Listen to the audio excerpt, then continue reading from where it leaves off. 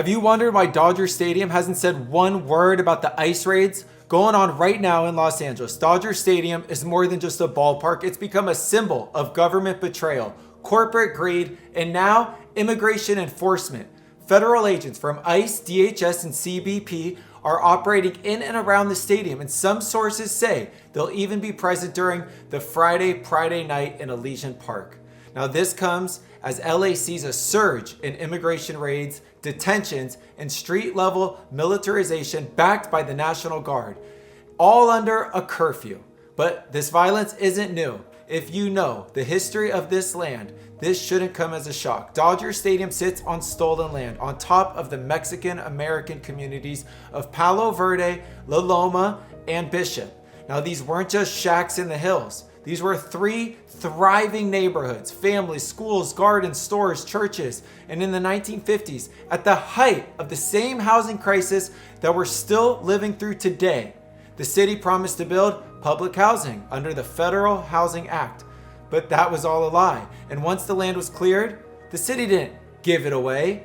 Instead, they worked directly with the Dodgers to destroy those neighborhoods and build a stadium instead. The Arechiga family was one of the last to resist eviction. Their forced removal was filmed and televised, families dragged out by sheriffs while bulldozers waited.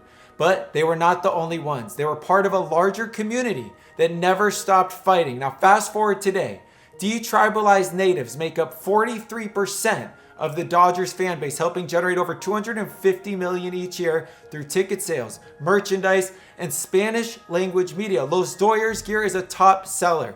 The very communities displaced to build this stadium now make up its largest, most loyal supporters. They could have used that money to pay reparations to the families, but instead, it seems like it's used to continue gentrification of communities. And now ICE is operating outside that same stadium. The violence of displacement never ended, it just changes forms. From eminent domain to ICE raids, from redlining to gentrification, and from bulldozers to buyouts. Today in LA, evictions are rising, rents are out of control, and brown and black families are still being pushed out. And just like in 1959, now in 2025, the same institution that built its empire on broken promises is letting ICE operate at its gates. And once again, the Dodgers stay silent while federal agents stalk our people outside the stadium. Dodger Blue is running rampant over brown bodies, erased histories, and stolen land. Wake up, LA. This is not just a game, and it never was. Please share. I'm Mr. Checkpoint. Make sure you're following on Substack, subscribe, and make sure you're following Buried Under the Blue. Always film the police, always for the people.